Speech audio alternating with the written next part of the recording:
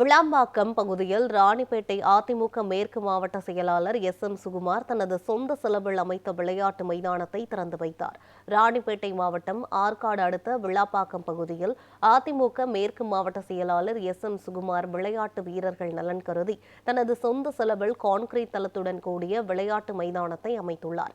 இதன் திறப்பு விழாவில் பங்கேற்ற அவர் விளையாட்டு மைதானத்தை திறந்து வைத்து விளையாட்டு வீரர்களுக்கு வாழ்த்து தெரிவித்தார்.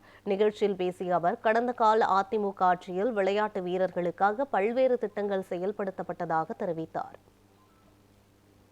பெண்களுக்கு அவங்க திருமணத்துக்கு காலைக்கு தங்கம் கொடுத்தாங்க, அதுக்கப்புறமா ஆடு கொடுத்தாங்க, மாடு கொடுத்தாங்க, கோழி கொடுத்தாங்க. இது மாதிரி பல திட்டங்களை கொடுத்த ஒரே புனிதவதி அம்மா.